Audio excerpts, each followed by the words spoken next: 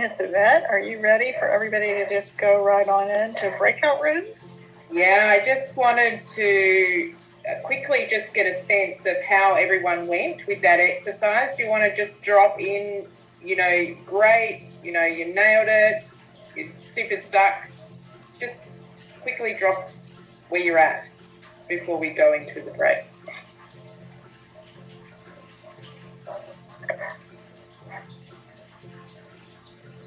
Thanks, Eugenia. It is tough. We're layering and layering, right? So definitely get a chance to actually share if you're definitely stuck in your room. Anyone else want to share? I think we'll just go straight in, Lisa. All right, Tal, let's go.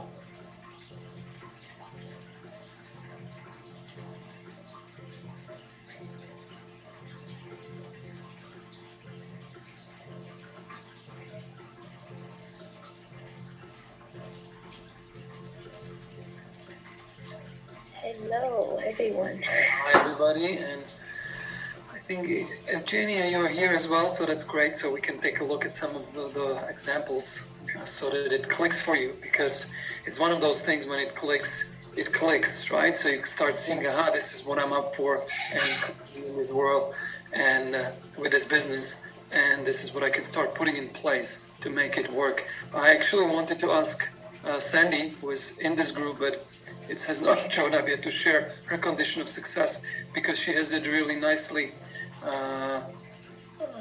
spelled out, but she's not here yet, so I may share her once as well. So this way she'll be present even though she's not here.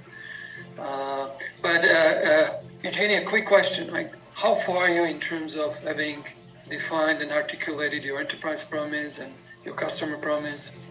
I think I'm doing pretty good with that.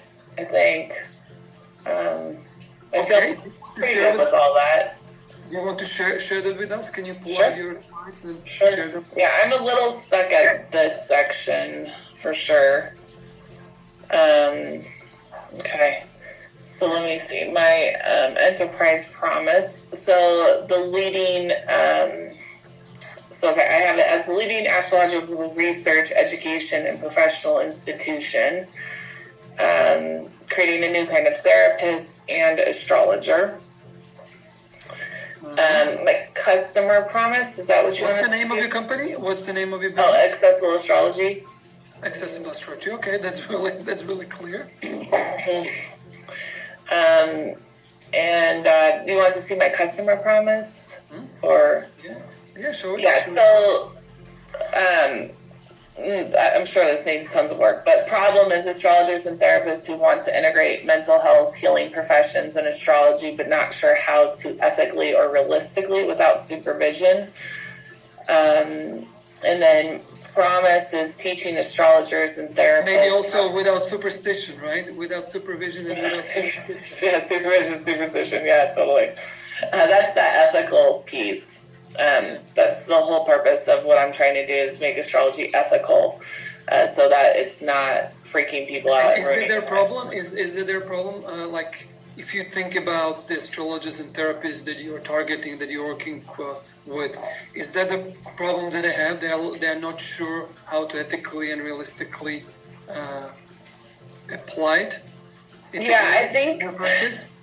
Yeah, so I did reach out to my community after yesterday, and a lot of people come to me just because they come to astrology just because they're looking for guidance in everyday life and decision making.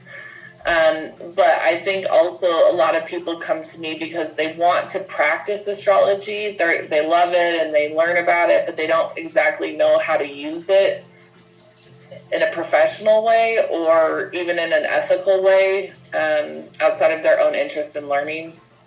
Mm-hmm. And can you see that those are like two different customers that you have? I do have two different customers. And then this is like a new, or not new, but a different group of customers. So you have a different promise to them that you have to someone who comes for insight about their lives and about their decisions. But, so, okay, good. So I really get that. So I get your business. I get that your promise is actually, if you go back to the enterprise promise, that's linked more towards the second group of your customers, right? Yeah, like where I am right now, for example, is I'm probably more towards that, I do monthly membership community. And I would say the majority of those people are there just for information, but there are within that group professionals, so nurses, doctors, etc., who want to figure out how to use this professionally in their careers. And that's How who to I integrate it into what they're doing, right? How to yeah, integrate it and into what they're doing. yeah, like, and that's ultimately who I want to serve. But that's going to take building, because if I can get even 10 really good customers, then that can be my whole annual income. If I can get just 10, professional therapists specifically, who I offer continuing education credits. So if I can get accredited through the licensure in America, for America and other countries, because therapists and professionals have to get continuing education as part of their licensure to keep it. So I'm working towards that. So that's going to be more of a 2-3 year long goal, and that's my ultimate goal. But right now, I'm more targeting people are just interested in astrology, and within that haystack, there's a few needles, right, or so to speak. And so that's kind of what I'm moving to, is even by next year, or as I launch my app, I'm going to start to bring in this new level of $237 a month for professionals who are wanting to start using this, but not necessarily my main client. I don't know if that makes sense. Yeah, it does, and you came to a great level of detail here. So if you keep at this level of, okay, you are actually expanding the business into the therapists and other users of that whom you can certify, then that's a whole line of business. I don't know, do you have any of those now, or that's something that you want to bring on board? Any of those clients? Yeah, any of those other therapists, you have them already, right? So yeah, I've got lots of therapists. This is about scaling it up, right? This is about making sure that you can scale it up, and therefore you can come to some of these numbers, right? Because there are a lot of tools. Like you can have an app and have no one use it, or you can have an app which is quite supportive of the community that you have. So I would look at the scaling. If you were to look at this particular customer, right? Do you have any idea what would be a success for you at the end of the year? How many of those you would have loved to have trained or certified? So to get that that smaller group, like I said, that's going to be at least a year, 2-3 years out, for a variety of reasons. So my goal with 2022 is just to shuffle as many people into the app as possible. So I have people who are consistent monthly paying individuals, and then from that group, which I'm hoping to aim to get 500 people by the end of this year. Right now, I've maxed out at 225. So I have hired social media and people like that to start getting people into that app. What's your strategy, how you accomplish this? So out of those 500, how many of them you hope to be the therapist, your ideal client? 10. I need 10. Right. Okay, so that's what I would focus on, right? So this is like, where do I need to get them? But to be engaged, to be serving them, you want to know what is enough. So if you say 10 is enough, maybe you will surprise yourself, but it can be 100 at the end of the year, right? Right. You need to be geared up for that. So here we are not looking at how we are going to do it or what are the steps. We are looking what is the end game at the end of this year, right? So, and out of those 10 that you will have, and let's put the app on the side, because you see there are a lot of strategic things, launch an app and so forth, which is leading to some kind of outcome. So you have that captured. But if you had those 10 customers, how much would that bring you, in terms of finances, how much would that be? for you? The course for them would be $24,000 a year. for the supervision and for the training. So $240,000, right? Yeah, so if that's them, and then I have my other levels of membership, the lower levels, then I can easily reach, I think, 500,000. Okay, great. So that's basically 500,000 is 20, right? So yeah, or I could get 20 people, right? Totally. All right, and there is a path to follow and so forth, right? But I like to really distill it to this because that's kind of the essence. So, and everybody else listen as well, because sometimes we get too complicated, too complex about things. We're trying to simplify it and make it simple, and then you will see the pathway. And the pathway can change, but when you are clear about the end game, then it's so much easier to design everything, right? We are not in the details yet. So now when you look and go to the condition of success, the condition of success are like, what needs to be in place for you so that you can actually approach and serve these high level customers, right? So one of the things is high astrology education for professionals. So you need to have a high-end astrology program, right? Education is like a pathway. So that's something. Okay, so that's an important bit, right? Right. So you need to have global brand and digital presence. Okay, so that's actually like you need to have credibility, and you need to have like a high value and credibility of what you're offering. Because one thing is have a good program, the other thing is having the right awareness that you have a high credibility program so that people even are willing to approach you. Okay, so I would put it like that because a global brand, I think it's more like a trusted and attractive brand rather than a global talks about the reach, but trusted and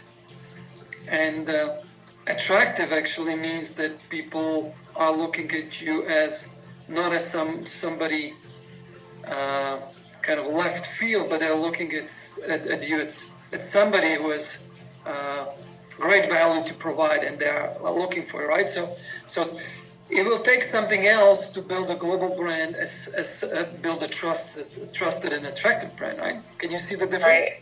Yeah. What about trusted and what'd you say, loyal or valued? Trusted and valued brand, or do you think attraction and value are connected? Because if something is valuable, then it's attractive. If it's not valuable, it's not attractive. If it's harming, then it's repulsive, right? So you can have it. The digital presence is like trusted and attractive brand in the digital space, I would say, rather than digital presence. In the digital space. Okay. Can you see what we are doing? We are tweaking it, but also by tweaking it, it makes it quite important. Okay. Right? Because when you look at your customer, when you look at who you are targeting, right, and for them to be attracted to you, you need to have something that doesn't look like woo-hoo, something that looks like credible, science-based, and so forth. Because there's going to be the biggest barrier, right? Yes. Yeah. And I have the science and data. I have all of that. Sure. And I've been still, when people say astrology, you get so many different responses, and particularly the response from someone who is in that healthcare field. Maybe like, you're crazy, right? Or like it's either crazy or neutral or something like I don't want to deal with. So if you have a trusted and attractive brand about that, you're going to transform that. You need to transform that. You need to transform how they are perceiving it, where they see the value of it, and then. Well, that's the research, education, and professional institution. That's kind of that's what I'm trying to really convey is the research piece. Okay. And then you have a community. Mm-hmm. So that's a different. Okay. So that's basically the community of whom you're working with and whom you're engaged with, right? And out of that community, you'll have some people who start and go for the high scale product. Okay, right? So you have the, like, we don't need to go into wordsmithing, but you see how these three things will support you in accomplishing what you're up for, like both the goals that you created, but also kind of the ultimate enterprise premise. Can you see that? Yeah, so it's pretty okay. It is pretty okay, but now I have a question on others, right? Okay. Sandy is here already, so this is great. We were talking about you in a few moments before you joined. Is that, do you see that given that you, first of all, are a star profile, and second, that your business is in a certain phase, that there may be something missing here that is important? Sure, yeah, I know there's a lot missing. Right, because right now what you've covered here, basically, you've covered the first condition of success is what energy would you say the education falls into? Dynamo? Okay, so that's a dynamo, right? I think it's a program, right? It's a dynamo. Then the trusted brand is what would that be? Oh, That's like a blaze, right? It's like blaze. Okay. right? Blaze. You have some, and then the community maybe also blaze, or it may be a little bit of tempo, right? If you look at that. So what is missing in here, like at a really basic level, is some kind of a stylistic success. Like what would be required from that aspect, from the aspect of a system or aspect of some measures that could support this tripod? Because right now it's a tripod, so we could make it a regular stool or regular chair so that it's more solid. Right, so some kind of, I'm looking for systems for success, like the systems. Yes, but in your case, what do you see would be important to have in place so that this works smoothly, or this works in a way where you can both control it or scale it? I have no idea. Okay, so I may have some suggestion. Doesn't mean that it's the right one. It's just for you to start exploring. Is one of the things can be a system that allows you to manage both the community and the brand, like it, what you're doing online. Yep. Okay. And also the program, right? Because it will be something which comes quite Right. once you reach it,